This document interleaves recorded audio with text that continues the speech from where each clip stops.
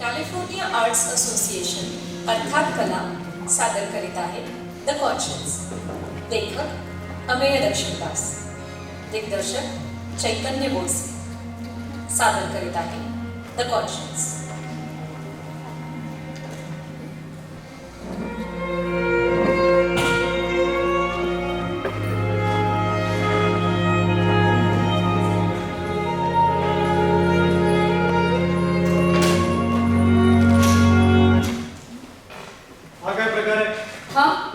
मला काय म्हणालास का? मी तुला काय म्हणालो नाही, तुला एक प्रश्न विचारला. कसला प्रश्न? हा काय प्रकार आहे? कसला प्रकार? विचारलेल्या प्रश्नाचं उत्तर दे, कधी प्रश्न करू नको. पण तू प्रकार कसला ते तर सांगशील? प्रकार हा जो तू आता केलास तो गाणं ऐकण्यात माझी एवढी छान तंद्री लागलेली असताना येऊन ते बंद करावं असं तुला का वाटलं? मला कशाला वाटेल? तूच म्हणालास ना बंद कर म्हणून येऊन केलं. गाणं बंद कर असं तुला मी म्हणालो कधी? अरे आत्ताच नाही का म्हणालास? मी आता ऐकलं स्पष्टपणे. गेल्या अर्ध्या तासापासून मी एक शब्द तर सोड एक अक्षर देखील उच्चारलेलं नाही आणि तुला मात्र माझ्या तोंडचं एक संपूर्ण वाक्य ऐकवलं, तेही स्पष्टपणे. मी खोटं कशाला बोलेन श्याम? मला खरंच वाटलं ऐकल्यासारखं म्हणून मी येऊन बंद केलं. आधी स्पष्टपणे ऐकलं म्हणत, आता ऐकल्यासारखं वाटलं म्हणते. ही चर्चा आणखी थोडा वेळ चालू राहिली ना तर बहुतेक ऐकल्यासारखं वाटलं म्हणजे. तुझ्या वागण्यात काही तारतम्यच नाहीये. किमान उच्चारलेल्या शब्दांवर फॉर्म राहा. Sorry Shyam, sorry. पण प्लीज चिडचिड करू नकोस ना. मला बरं वाटत नाहीये. सकाळपासून इतका मायग्रेनचा त्रास होतोय म्हणून सांगतो. नशीबवान आहेस. मला मायग्रेनचा त्रास होतो हे नशीब नाही, नशीब ते नाही. नशीब हे की तुझ्या त्रासाला एक सायंटिफिक नाव आहे आणि तो त्रास म्हणून समाज मान्य आहे. पण या क्षणी मला तो त्रास होतोय तो कोणाला सांगून देखील खरा वाटणार नाही. पण त्यासाठी सॉरी म्हणाले ना मी. Oh, that solves everything, right? एकदा सॉरी म्हटलं की सगळ्या समस्यांचं समाधान झालं. बरं आता सांग बंद करू का? म्हणजे बंद करते आणि आज जाऊन पडते. आता काय तुम्ही म्हणजे सिस्टर पुन्हा बंद करतेस? सॉरी ते चुकून उच्चारलं गेलं. सुरू करू का असं म्हणायचं होतं मला. It's all right, it's perfectly all right. कारण मुळात जिथे सुरू न ऐकलेलं वाक्य तुला ऐकू येतं तिथे सुरू करू का म्हणायचं असताना बंद करू का म्हणतेस, त्यात तसं काही विशेष नाही. पण मला या प्रकारची सवय व्हायला वेळ लागेल. श्याम ते चुकून उच्चारलं गेलं. सकाळपासून माझं डोकं दुखते, त्यात तुझी ती चिड म्हणून चुकून बोललं गेलं. बंद आणि सुरत दोन टोकाच्या अवस्था आहेत मेरा. असणं आणि नसणं, टू बी और नॉट टू बी, इतक्या टोकाच्या अवस्था. त्याच्याशी आपसात गलत व्हायला लागले ना तर सकाळपासून माझं डोकं दुखते, त्यात तुझी चिडचिड. एवढं स्पष्टीकरण पुरेसं नाहीये. प्रत्येक गोष्टीचा एवढा किस पाडायलाच हवा का? जो शब्द ज्या अर्थाचा आहे तो त्याच अर्थानं स्वतः वापरणं आणि इतरांकडूनही तशाच अर्थानं वापरलं जाणं हे सुद्धा लक्षण आहे असं समजू नकोस. कोणी जेव्हा हो म्हणतं तेव्हा त्याचा अर्थ बहुतेक हो किंवा अजिबात नाही असा होत नाही. मी तुला 3 वाजता भेटतो असं कोणी जेव्हा म्हणतं तेव्हा त्याचा अर्थ आपण 3:30ला भेटलो तरी चालेल असा होत नाही. मी माझा निर्णय विचार करून तुम्हाला 2 दिवसांनी कळवतो असं जेव्हा कोणी म्हणतं तेव्हा त्याचा अर्थ तुम्ही माझ्या निर्णयाची 4 दिवस वाट पहा, मग तुम्हीच मला फोन करा आणि मी आधीच ठरवून ठेवलेला माझा नकार आहे का असा होत नाही. क्षुल्लक गोष्टीचा विनाकारण केवढा भाव करतोस तू? गोष्ट क्षुल्लक तुझ्या दृष्टीने असेल, माझ्या नाही. आणि मी विनाकारण एवढा भाव करतो असं जर तुझं म्हणणं असेल तर याचा अर्थ तुझं काही चुकतं हेच तुला मान्य नाही. मी असं म्हटलेलं नाही. हो, पण जे म्हणाले त्याचा अर्थ तोच होतो. एरवी विनाकारणचा अर्थ काय? आणि मी विनाकारण एवढा भाव करतोय कारण जे घडतंय ना ते पहिल्यांदा घडत नाही. या चुका तू यापूर्वी अनेकदा करून झालेल्या आहेत. नाहीतर मी आज काहीही म्हटलेलं नसताना येऊन तू म्युझिक सिस्टीम बंद केली. उद्या साधं प्यायला पाणी मागितलं तर कदाचित टीव्ही लावशील. संध्याकाळी उशिरा म्हणलं तर आंघोळही घालशील आणि मग छोट्या गोष्टींचा विनाकारण भाव करत होतो म्हणून मलाच समजशील. श्याम, तू मला जेवढं वेंधळं आणि निर्बुद्ध ठरवण्याचा प्रयत्न करतोयस ना तेवढी निर्बुद्ध मी नक्कीच नाहीये. तेवढी नाही तर केवढी असं? कारण निर्बुद्ध तर तू आहे. मी निर्बुद्ध नाहीये श्याम. स्वतःबद्दल एवढी खात्री तुला. चल मग आपण एक खेळ खेळूया. आपण तुझी एक परीक्षा घेऊया. मला कुठलेही एक लहान मोठा आकडा सांग. या खेळात मला स्वारस्य नाहीये. स्वारस्य नाहीये? मी उगीच निर्बुद्ध ठरवण्याचा प्रयत्न करतो असं म्हणालीस ना तुम्ही. मग स्वारस्य नाहीये म्हणून कसं चालेल? सांग मला एक आकडा सांग, लहान मोठा 11 सांग. बरं मी सांग 3 ठीक आहे. तुझी बुद्धिमत्ता सिद्ध करण्याचे मी तुला 3 संधी देतो. मी तुला 3 प्रश्न विचार, अगदी जनरल, नॉलेज ओरिएंटेड नाही, जनरल.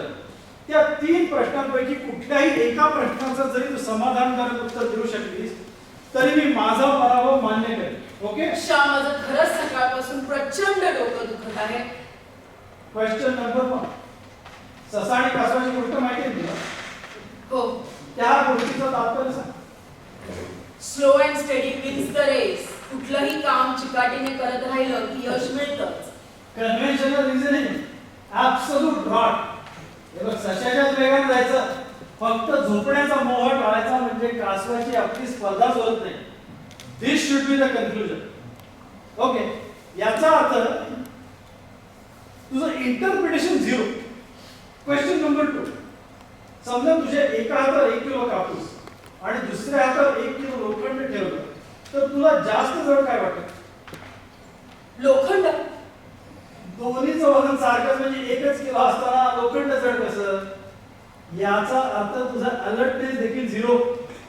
आता शेवटचा प्रश्न, तुझी बुद्धिमत्ता सिद्ध करण्याची शेवटची संधी. एक शक्यता गृहीत धर, तुझ्या समोर एक लहान मूल आणि एक म्हातारा वैज्ञानिक पाण्यात पडून मरतायत आणि त्या दोघांपैकी कोणातरी एकालाच तू वाचवू शकतेस. कोणाला वाचवण्याचा प्रयत्न करशील? प्रॅक्टिकल उत्तर नाही. वैज्ञानिकाला. का? कारण तू वैज्ञानिक आहे, समाजाला त्याचा उपयोग आहे. समाजाला त्याचा जो उपयोग व्हायचा तो होऊन गेला. तो म्हातारा आहे, भूतकाळ. पण लहान मूल मात्र भविष्य आहे. त्याच्या नशिबी कदाचित त्याहीपेक्षा मोठं वैज्ञानिक कोणा लिहिलं असेल तर.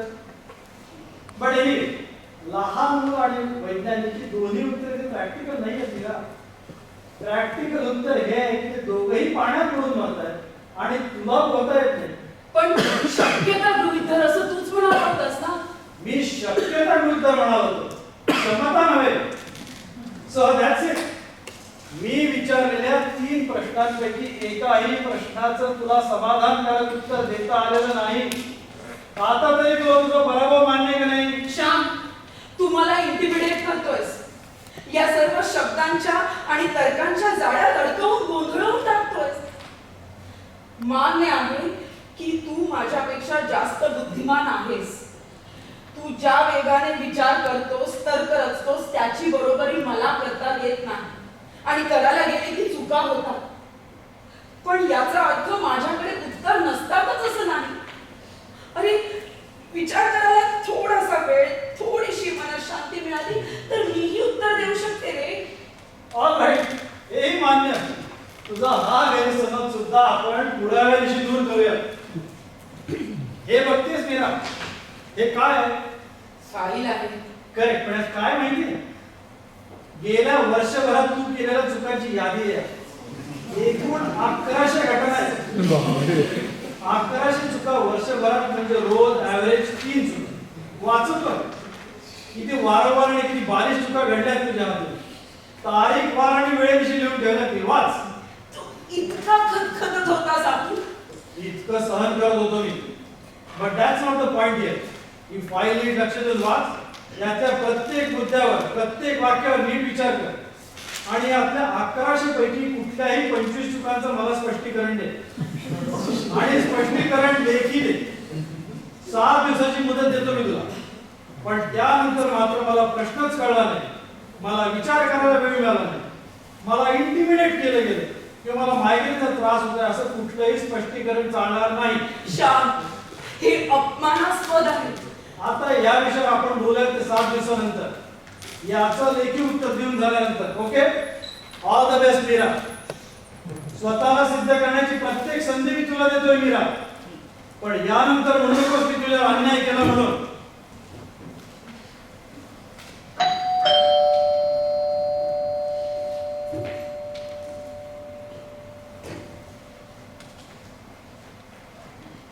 मिस्टर श्याम. हा, मीच. आपण? नमस्कार, मी सत्यश्री मनस्वी. मला तुमच्याशी एका महत्त्वाच्या विषयावर बोलायचं. नाव काय म्हणाल तुमचं? Manasvi, Satyashree Manasvi. Satyashree Manasvi, nice name. Come in miss Manasvi, have a seat. Thank you.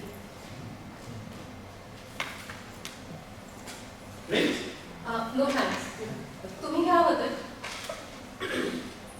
मला खूप महत्वाचं बोलायचं आहे. बोला. मिस्टर श्याम, क्रिस्टल आर्ट गॅलरीमधून नुकतंच तुम्ही एक पेंटिंग विकत घेतलंय.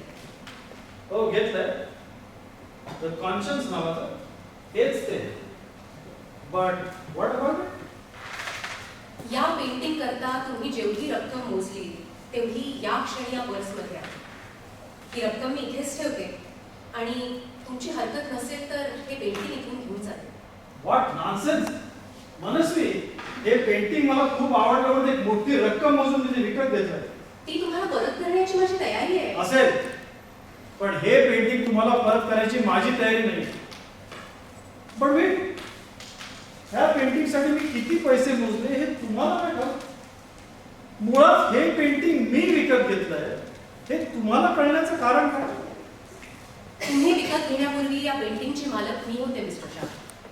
गेल्या 3 पिढ्या या पेंटिंगची मालकी आमच्याकडे आहे. ज्या आर्ट डीलरकडून तुम्ही ते विकत घेतलं ते त्याच्याकडे विक्रीसाठी मीच सोपवलं.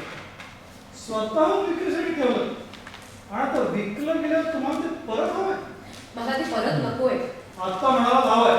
मी परत हवंय असं नाही म्हणाले. मी म्हणाले तुमची हरकत नसेल तर मी हे इथून घेऊन जाते. मनस्वी, तुम्ही काय बोलताय? तुमचं तुम्हाला काही कळतंय का? मिस मनस्वी, काही पर्सनल कारणाने या क्षणी माझा मूड फारसा चांगला नाही. तेव्हा तुमचा हा बुजवतो जाण्याचा खेळ खेळण्याची माझी मनस्थिती नाही. तुम्ही असंच असंबद्ध बोलणार असाल तर मी तुम्हाला फार तर फार 10 मिनिटं देऊ शकतो. तुम्हाला बोलायचं ते बोला. Do bottoms up and say good night. All right mister Shah, मिनिटांचा बंधन असेल तर मी थेट मुद्द्याला सांगते. That's better. 18व्या शतकाच्या शेवटी स्कॉटलंडमध्ये आर्गस बेलोना नावाचा राजा होऊन गेला. तो अत्यंत न्यायप्रिय होता. छोट्या छोट्या चुकांनाही खूप कठोर शिक्षा करायचा. अन्यायाचा त्याला मनस्वी, एक हात घालायचा मुद्दा तुमचा 18व्या शतकात सुरू होणार असेल वर्तमानात पोहोचायला तुम्हाला बराच वेळ लागेल. एवढं लक्षात ठेवा, मी तुम्हाला फक्त 10 मिनिटं दिले. 9 मिनिटं आणि 60 सेकंद बस. 9 मिनिटांनंतरचा 61वा सेकंद मीही तुमच्याकडे मागणार नाही मिस्टर शाह, खात्री बाळगा. पण मला जे सांगायचं आहे त्याकरता ही प्रस्तावना खूप आवश्यक आहे. Okay Manaswi, the stage is yours. Thank you. Sorry, कुठे होतो आपण? मी इथंच आहे. तुम्ही मात्र 18व्या शतकात होता. हा, तर कुठल्याही गुन्हेगाराला शिक्षा करण्याची राजाची पद्धत खूप विचित्र होती. गुन्हेगाराच्या सत्सद विवेक बुद्धीला आवाहन करून प्रायश्चित्ताची आणि हातून घडलेली चूक सुधारण्याची एक संधी तो द्यायचा. पण तीच चूक पुन्हा घडली तर मात्र कठोर शिक्षा करायचा. जसा गुन्हा तशी शिक्षा. ज्या इंद्रियाचा गुन्हा त्या इंद्रियालाच शिक्षा. तो राजा किंग कॉन्शियन्स म्हणून ओळखला जायचा आणि हे पेंटिंग त्याच राजाचे.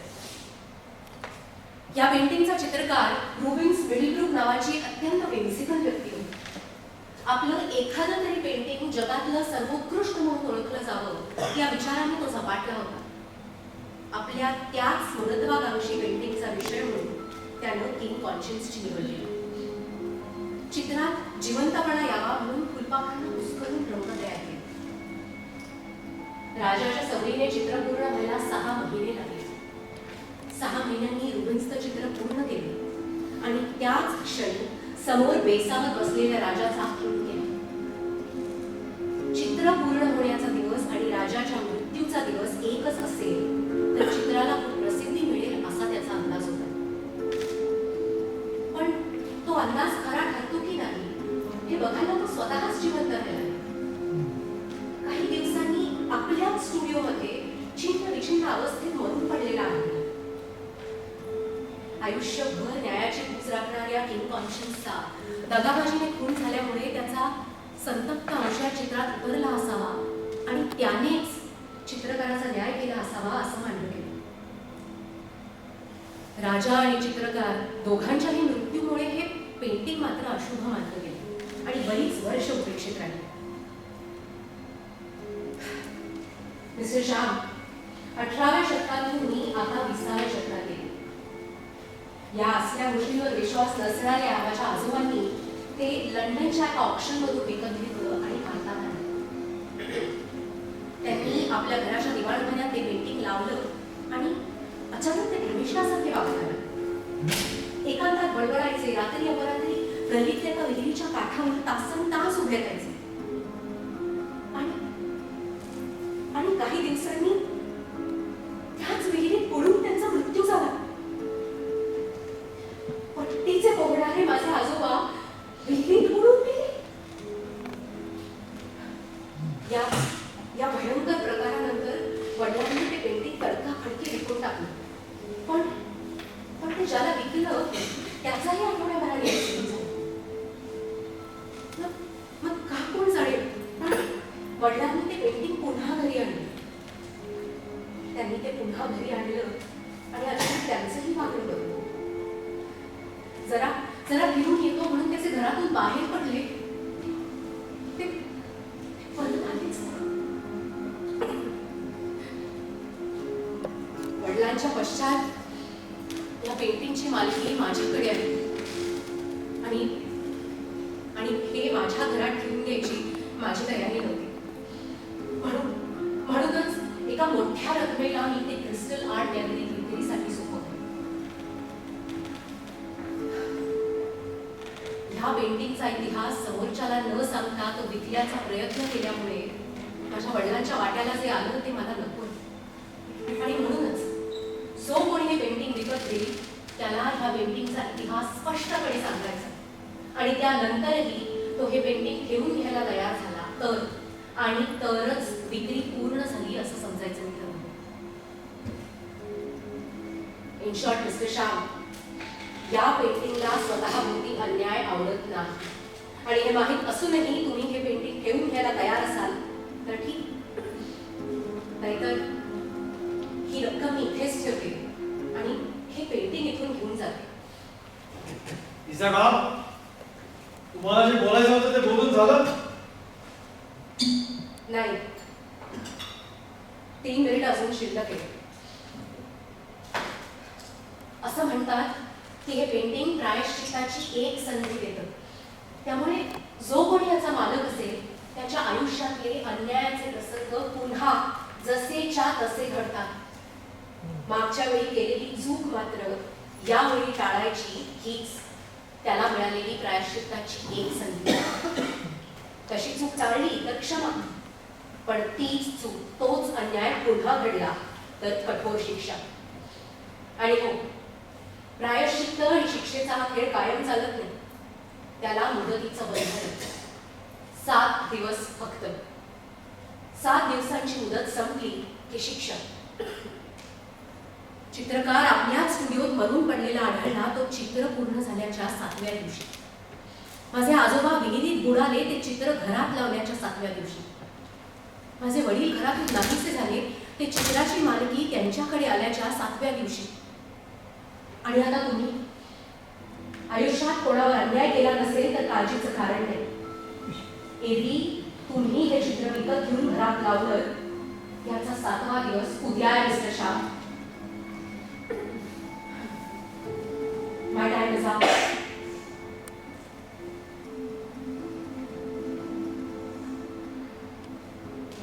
Good night.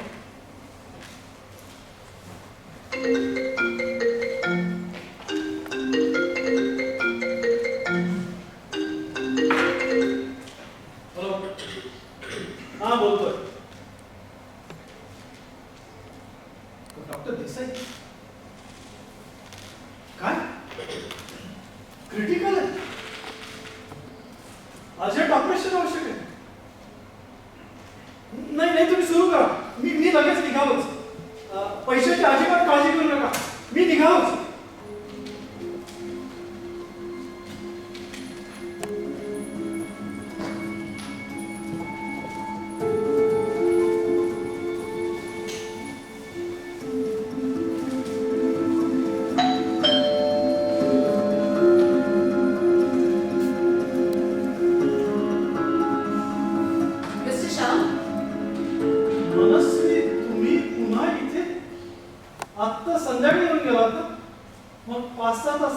पुन्हा का आला?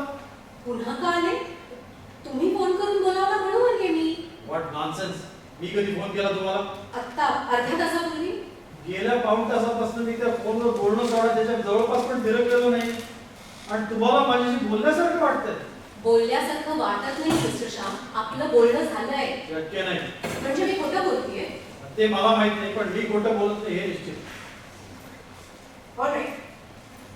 अर्ध्या तासापूर्वी माझ्या मोबाईलवर आलेला हा कॉल बघा आणि हा नंबर तुमचा आहे की नाही ते सांगा.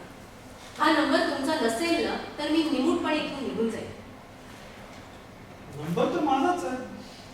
Call duration 1 minute 18 seconds. म्हणजे बोलणं झालंय. मग मी वेगळं काय सांगतेय? पण तुम्हाला फोन केल्याचं मला आठवत नाहीये. पण माझ्या फोन दुसरीकडे बोलणं शक्य नाही. पण कॉल झालाय म्हणजे काय घडलं? सरप्राइझिंग आणि खरंच आश्चर्य आहे. मिस्टर श्याम, रात्रीचे 2:30 वाजतायत. इतक्या अपरात्री मी इथे आश्चर्यचकित होण्यासाठी आलेली नाहीये. काहीतरी महत्वाचं बोलायचं आहे, पण फोनवर बोलण्यासारखं नाही म्हणाला म्हणून आली. तेव्हा प्लीज सांगा तुम्ही मला इथे का बोलवलंय? आपण जिथे मुळात तुम्हाला बोलवल्याचंच मला आठवत नाहीये. का बोलवलं? बरं ठीक आहे. तुमचं असंच म्हणणं असेल तर येते मी. मनस्वी प्लीज. आज सकाळपासून मी खूप अस्वस्थ आहे. त्यातून माझं डोकं प्रचंड दुखतंय म्हणून कदाचित विसरलो असेल.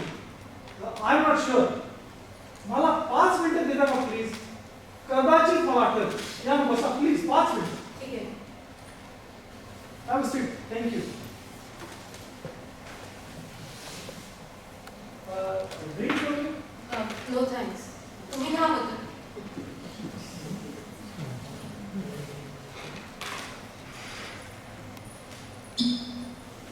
तुझ्याकडे थोडा वेळ असेल तर मला तुझ्याशी बोलायचं आहे.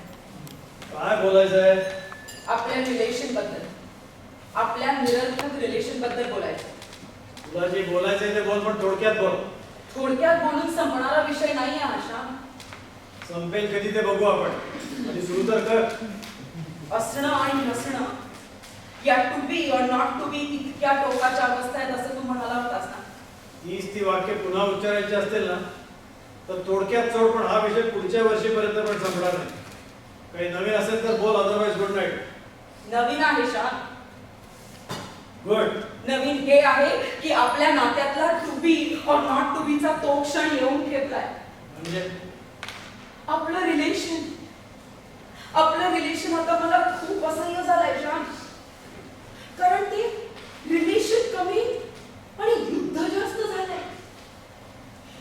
एक असं युद्ध ज्यात शब्दांना डाव टाकले जात आहेत, वाक्यांचे व्यूह रचले जात आहेत, व्याकरण एखाद्या शस्त्रासारखं वापरलं जात आहे. पावलोपावली हार जीत होतीये, मान अपमान होतोय आणि यात माझ्या भावना गुंतवणूक केल्या. माझं तुझ्यावर, या संसारावर खरंच खूप प्रेम आहे. पण आता मला हे सगळं सहन होत नाही. प्रत्येक क्षण असह्य झालंय. आणि खरं सांगू का, युद्धासारख्या लढल्या जाणाऱ्या या नात्यात आता मला हारण्याची सोड, मला जिंकण्याचीही इच्छा उरलेली नाहीये. हार जीत तुझ्या इच्छेवर नाही, गुणवत्तेवर अवलंबून आहे. गुणवत्तेवर? शत्रू नाही आहोत आपण एकमेकांचे. नवरा बायको आहोत.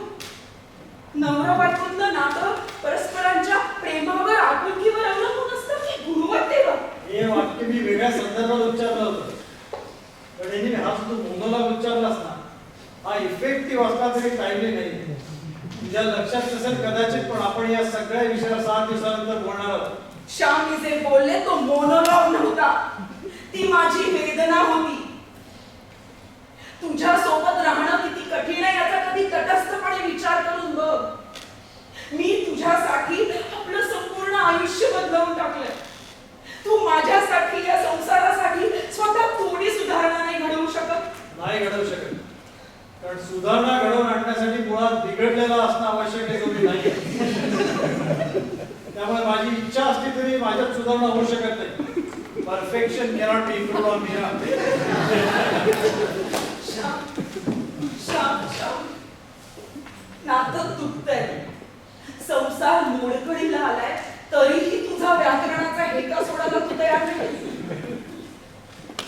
कदाचित कदाचित मीच चूक आहे, तूच बरोबर आहेस. माझीच अपेक्षा चुकली आहे.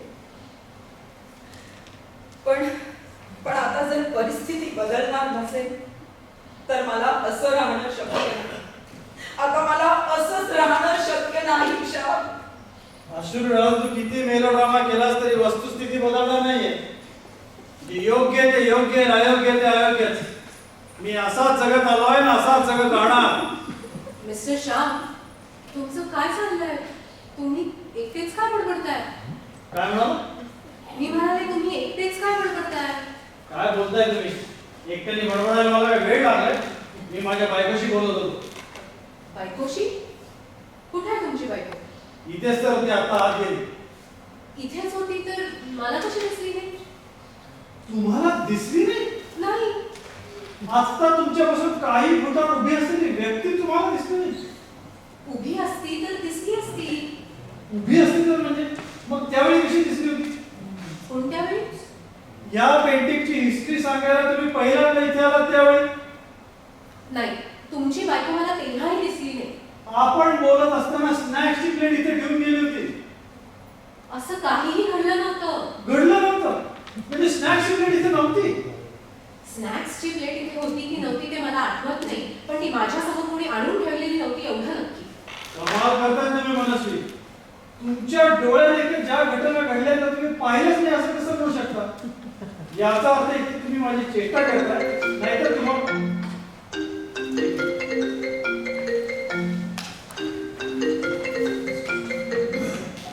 हॅलो, हा बोलतोय डॉक्टर देसाई. मी तिकडच होतो. नाही काय? कधी? काय सांगता?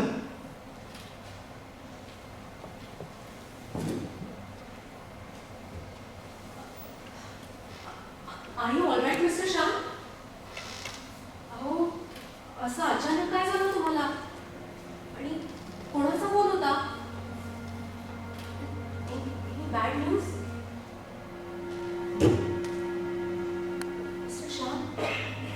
मनस्वी, डॉक्टर देसाईचा फोन आला होता. कोण डॉक्टर देसाई?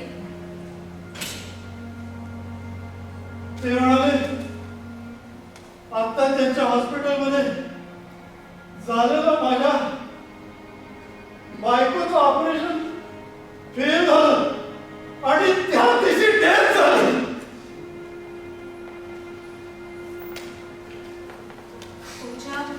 तुमच्या बायकोची डेथ?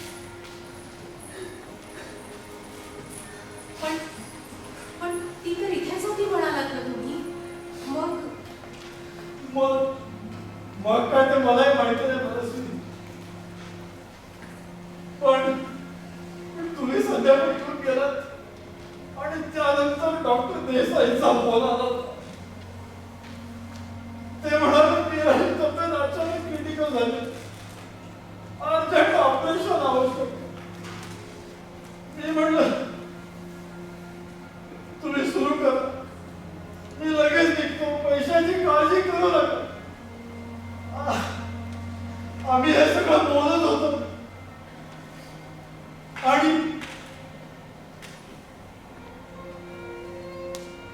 त्याच वेळी मीरा इथे उभी होती. हे कसं शक्य मला माहित नाही, पण मीरा त्याच वेळी इथे उभी होती निश्चित. हे सांगा मी तुम्हाला फोन केला होता. मला आता आठवलं, मीच तुम्हाला फोन केला होता मनस्वी. आता हॉस्पिटलमध्ये भरण्यापूर्वी कित्येक दिवस कोमात पडून होती मीरा. पण त्याच वेळी माझ्या अवतीभोवती वावरत होती, माझ्याशी बोलत होती, माझ्याशी वाद घालत होती आणि मी तिच्या जाळ्यात वेड्यासारखं अडकत चाललो होतो. Relax mister Shyam. हो, पण अनफॉर्च्युनेटली सॉरी. एनिवे, तुमच्या इच्छेखातर हे पेंटिंग मी उद्या सकाळीच इथून नेण्याची व्यवस्था करते. उद्या सकाळी? हां. नाही नाही, हे पेंटिंग मला लक्षात ठेवून नको. तुम्ही आता शब्द घेऊन जा प्लीज. कमॉन मिस्टर श्याम, अहो इतक्या वरात मी हे पेंटिंग घेऊन कुठे जाऊ? आणि ते मला क्रिस्टल आर्ट गॅलरीत परत द्यावं लागेल. माझ्या स्वतःच्या घरात ठेवून घ्यायची माझी तयारी नाही. आणि तुमची अवस्था बघितल्यानंतर तर मुळीच नाही. मग सकाळपर्यंत तुम्ही इथे साधता का प्लीज? काय? मी माझ्या आयुष्यात कधी कोणाला विनंती केली नाही, पण तुम्हाला करतो. हे पेंटिंग येईपर्यंत तुम्ही इथे थांबा प्लीज. बरं ठीक आहे, माझ्या थांबण्याने तुम्हाला आधार वाटणार असेल तर थांबते मी. थँक्यू. तुम्ही बसा, मी आलेच, 5 मिनिटात आलेच.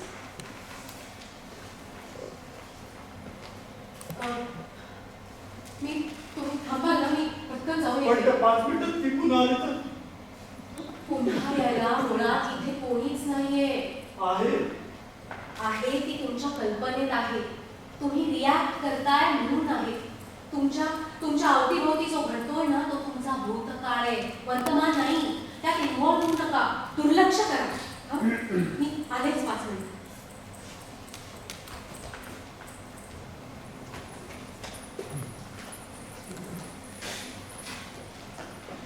मी हे घर सोडून जायचं ठरवलं, कायमचं.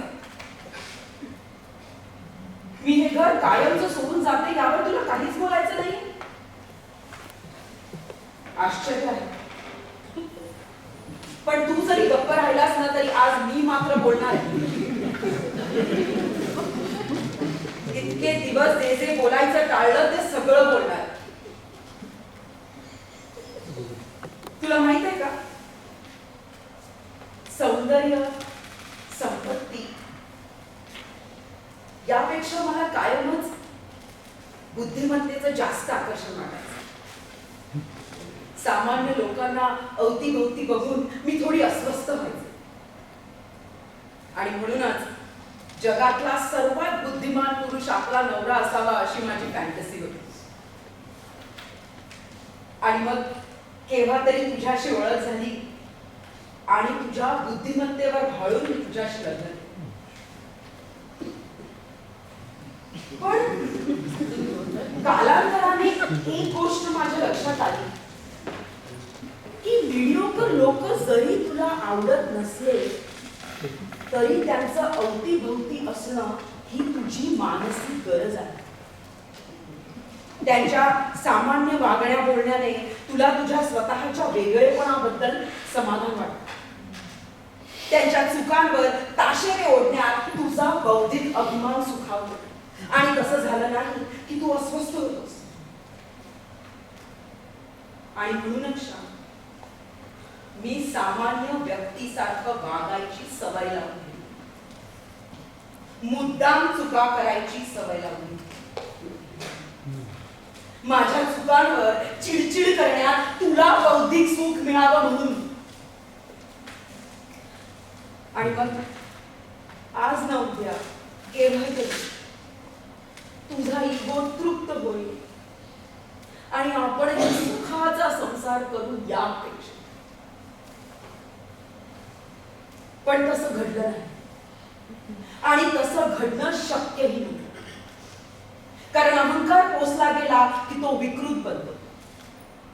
तुझी बुद्धिमत्ता ही केवळ शब्दांचे खेळ आणि व्याकरणाच्या कसरती करण्यात गुंतून पडली आणि त्या बुद्धीच्या विकृत गरजा पूर्ण करता करता माझ्या व्यक्तिमत्वाची उलाढाल होऊ लागली. तुझ्या संवेदना पूर्ण भरून गेल्या श्याम. स्वतःच्या कर्तेपणापेक्षा इतरांच्या नाकर्तेपणा तुला जास्त माझ्या वाटू लागली आहे. आणि ती फाईल त्याचा पुरावा. त्याच्या स्पष्टीकरणासाठी मला 7 दिवसांच्या मुदतीची गरज नाही श्याम.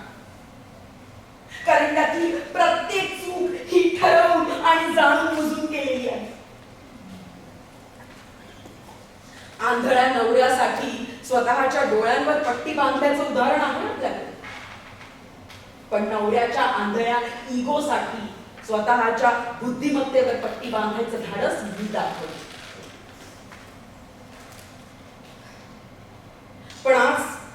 ती पट्टी मी काढून ठेवणार. तुझ्या नजरेला नजर देणार आणि ज्या बुद्धीचा तुला अभिमान आहे तिचा पराभव करून दाखवणार. बोल श्याम, या युद्धाला तयार आहेस? Enough enough enough is enough. खूप बोललेस, खूप जास्त बोललेस. तुझी बडबड मी मगापासून शांतपणे ऐकून घेतोय, म्हणजे माझ्याकडे त्याचं उत्तर नाही असं नाही. उत्तर तुझ्याकडे कायमच तयार असतं श्याम, पण ते तयार असतं म्हणून योग्यच असतं असं नाही. हे बघ, आज माझी तब्येत ठीक नाहीये, तुझी वाद घालत बसायची माझी इच्छा नाहीये. वाद विवादात तू कधीपासून आजारपणाचा आधार घ्यायला लागलास? मी आजारपणाचा आधार घेत नाही, मी आहेच आजारी.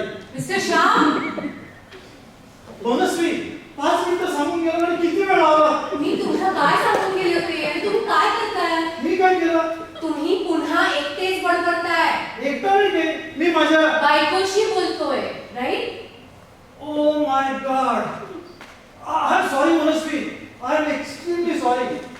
मी शांत राहण्याचा खूप प्रयत्न केला, पण शेवटी माझा संयम सुटला. पण मी माझा संयम सुटू दिला नाही.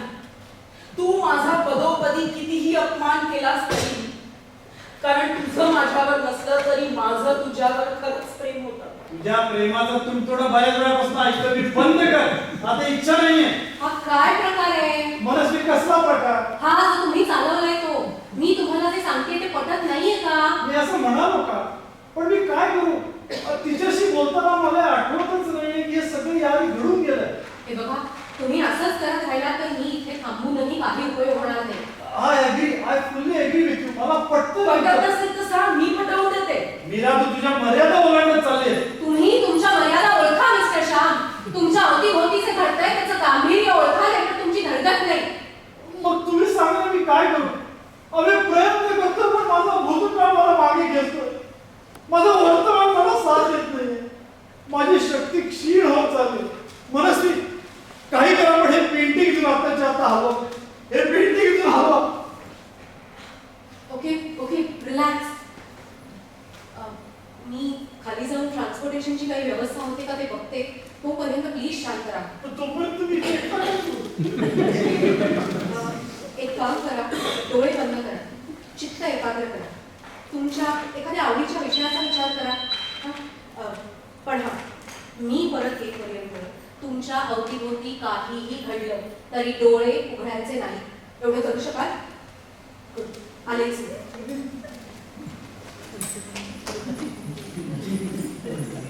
डोळे झाक करण्याने वस्तुस्थिती बदलणार नाही श्याम. जे योग्य ते योग्य, जे अयोग्य ते अयोग्यच. बस बस, खूप झाला. सहन करण्याला एक मर्यादा असते. कसलं तरी तरकट असून मला मूर्ख ठरवतेस आणि स्वतः मात्र बुद्धिमान असल्याचं आवडतेस. मी आवडत नाहीये श्याम, मी आहेच बुद्धिमान. ऑल राईट, मग तुझ्या या बुद्धिमत्तेची आपण एक परीक्षा घेऊया. याच क्षणाची वाट पाहत होते मी श्याम. मी तयार आहे. आणि आता मी तुला सांगते की तू मला कोणतेही 3 प्रश्न विचार. त्यातल्या एकाही प्रश्नाने निरुत्तर झाले ना मी, तर मी माझा पराभव स्वतःहून मान्य करतो. क्वेश्चन नंबर 1 विचार श्याम. ससा आणि कासवाची गोष्ट माहिती आहे तुला? ती सगळ्यांनाच माहित असते. त्या गोष्टीचं तात्पर्य सांग. Slow and steady wins the race. कुठलंही काम चिकाटीने करत राहिलं की यश मिळतच. Absolute rot. सश्याच्याच वेगानं जायचं, फक्त झोपण्याचा मोह टाळायचा, म्हणजे कासवाची आपली स्पर्धा चुरत नाही. This should be the conclusion. But it is not. कारण कासवाला तुच्छ समजणाऱ्या सशाला अति आत्मविश्वासाने झोप येणारच. ती त्याची नियती आहे. आणि म्हणूनच दुसऱ्याच्या वेगाला न घाबरता आपण आपलं काम चिकाटीने करत राहायचं, म्हणजे यश मिळतं. That should be the conclusion. Question number 2. समजा तुझ्या एका हातात 1 किलो कापूस आणि दुसऱ्या हातात 1 किलो लोखंड ठेवलं, तर तुला जास्त जड काय वाटेल? लोखंड. दोन्हीचं वजन सारखंच, म्हणजे 1च किलो असताना लोखंड जड कसं? जड आणि हलकं हा फील आहे श्याम. 15 किलोचं सिलेंडर खूप जड आहे असं म्हणणाऱ्या बाईला तिचं 15 किलोचं लेकरू मात्र हलकं वाटतं की नाही? क्वेश्चन नंबर 3 आणि शेवटचा प्रश्न. एक शक्यता विरुद्ध समजा तुझ्यासमोर एक लहान मूल आणि एक म्हातारा वैज्ञानिक पाण्यात बुडून बसतात आणि त्यातल्या कोणतरी एकालाच तू वाचवू शकतेस, तर कोणाला वाचवण्याचा प्रयत्न करशील? प्रॅक्टिकल उत्तर दे मीरा. वैज्ञानिकाला. का? कारण तो वैज्ञानिक आहे, समाजाला त्याचा उपयोग आहे. समाजाला त्याचाच उपयोग व्हायचा तो होऊन गेला, तो भूतकाळ आहे. पण लहान मूल हे भविष्य आहे. त्याच्या नशिबी कदाचित त्याहीपेक्षा मोठा वैज्ञानिक कोण लिहिला असेल तर. मोठा म्हणून त्याच्या नशिबात लिहिलं असेल तर त्याचं नशीबच त्याला वाचलंय की. पण भूतकाळाला वाचवण्याचा प्रयत्न जर वर्तमानाने केला नाही तर भविष्यही वर्तमानाला किंमत देत नाही. अग्री, पण वैज्ञानिकाला तरी तू कसं वाचवशील? कारण तो पाण्यात बुडून मरतोय, तुला पोहता येत नाही. तुझा प्रश्न कुणाला वाचवण्याचा प्रयत्न करशील असावा, आणि प्रयत्न करण्यासाठी पोहता येणं आवश्यक नाही.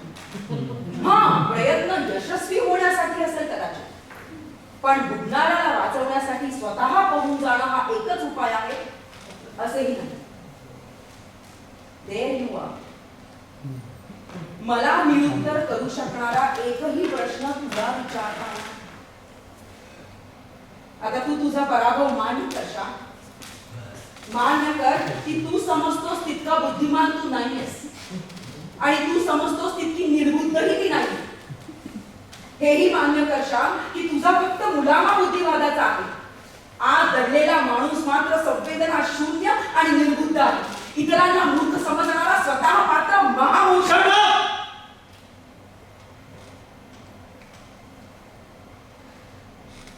आपल्या नात्यात हाच एक सोहळा व्हायचा बाकी होता. आज तोही झाला. पण याचा मला राग आला नाही, उलट आनंदच झाला. कारण स्वतःला बृहस्पतीचा अवतार समजणारा तू शेवटी शब्दांकरूनच पराभूत होऊन तुला हात उगारावा लागला. तोच माझा विजय आणि तुझा पराजय. जिच्या जोरावर तू इतरांना अपमानित करीत आलास त्या बुद्धिमत्तेचा पराजय. मी जे बोलले ते मी करून दाखवले. पण आता या घरात, या संसारात एक क्षणही थांबण्याची माझी इच्छा नाही. माझा पराभव केल्याचा सुख तुला इतक्या सहजासहजी मिळू देणार नाही मीरा. कुठे निघाला? माझा ऐकून घेण्याची तुला जाणणार नाही. तुमची बडबड थांबवा मिस्टर शाह. अहो, ज्याच्या मागे तुम्ही धावत सुटलाय तो तुमचा भूतकाळ आहे, वर्तमान नाही. किती ना सांगायचं तुम्हाला? अहो, मी तुम्हाला वाचवण्याचा प्रयत्न करतेय, त्याला मदत नाही तर नाही, किमान विरोध तरी करू नका.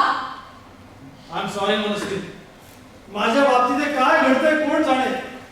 कळत असूनही वळत नाहीये, माहीत असूनही आठवत नाहीये. माझी बुद्धी वितूर झाली, मी धावतोय तसाच गाफीलपणे दिशाही. पण जे घडलं त्यात मी जाणीवपूर्वक आयोग्य वापरले कधीच नाही. मग माझ्याच वाट्याला हा अन्याय का? माझ्यावर हा मनस्ताप का? प्रत्येकाची अशी कन्व्हिनियंट फिलॉसॉफी असते मिस्टर शाह.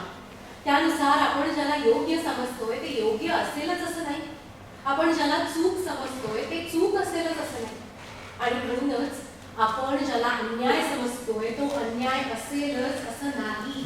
मनस्वी, माझ्या जाणीवा अगदी बधीर झाल्या, संवेदना गोठून गेल्या, या काळाच्या सीमारेषा धूसर झाल्या. या चक्रव्यूहातून बाहेर पडण्याचा मी जीवाच्या आकांताने प्रयत्न करतोय. पण कोण जाणे, हा देखील निश्चित वर्तमान काळ आहे तर पुणे अज्ञाताचा हा देखील एक भूतकाळच आहे. तुम्हाला तेच तेच सांगायचा कंटाळा आलाय मला. आता माझीही सहनशक्ती संपत चालली आहे. मीरा, तू परत का आले? घर सोडून गेले दिसता, मग आता परत का आलेस? काय हवंय तुला? तुम्ही पुन्हा तेच करताय. मला जा विचारला कसला जा? त्यात माझा काय दोष? अगं मी तिथे होतो फक्त.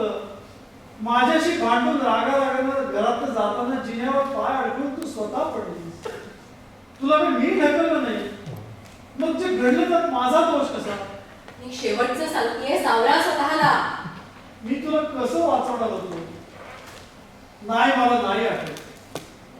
ठीक आहे, तू केला असेल आधारासाठी हात पुढे, पण जे घडलं ते इतक्या वेगाने घडलं की माझ्या मेंदूला निर्णय घ्यायला वेळच मिळाला नाही. तुमचं भविष्य तुम्ही स्वतः निवडलंय मिस्टर शाह. आता त्याला कोणाचाच इलाज नाही. मान्य आहे, आपली बायको घसरून पडतीये म्हटल्यावर आधारासाठी हात आपोआप पुढे जायला हवे होते. खरंय, पण नाही गेले हे देखील खरंय. तू केलेल्या अपमानाचा घाव ताजा होता. शिवाय तुझं जरी माझ्यावर मनापासून प्रेम असलं तरी माझ्या मनात मात्र तुझ्याबद्दल आकसच होता, अगदी पहिल्यापासून. हेच ऐकायचं होतं ना तुला. पण जे घडलं त्याचं मलाही वाईटच वाटलं, आनंद नाही झाला. म्हणून तर तुझ्या ट्रीटमेंटवर पाहण्यासारखा पैसा खर्च केला. थांब मीरा, आता कुठे निघालीस? माझं ऐकून घे. माझं ऐकल्याशी तू जाता नाही. थांब मीरा, थांब. थांबा मिस्टर शाह, अहो त्याच्या मागे जाऊ नका, तो भास आहे. असे बेभान होऊ नका, सावरा सकाल जिन्यावरून पडाल. Mister Shah, mister Shah.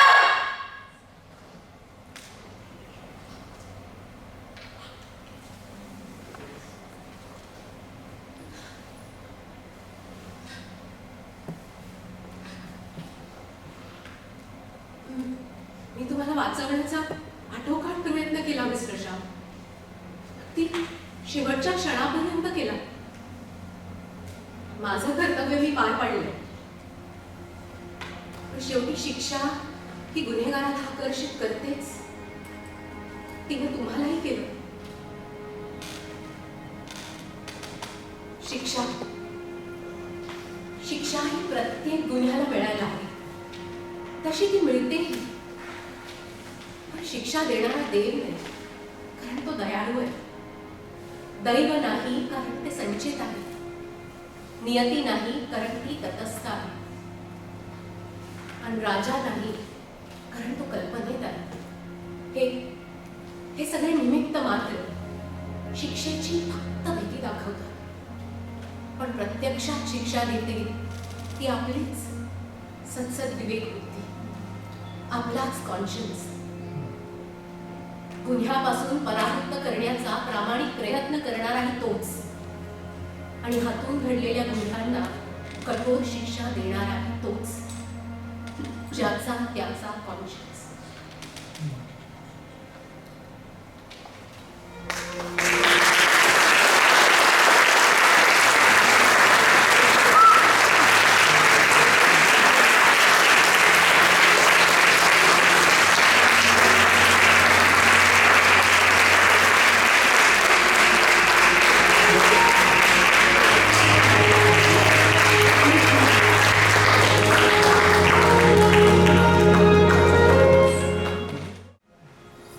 कलाकार श्याम मिलिंद कुलकर्णी.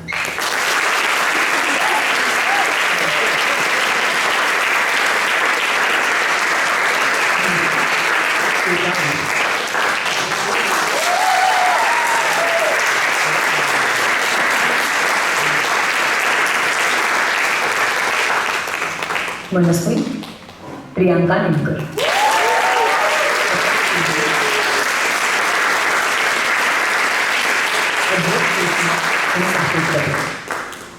ध्वनी संयोजन प्रज्वला घाटे.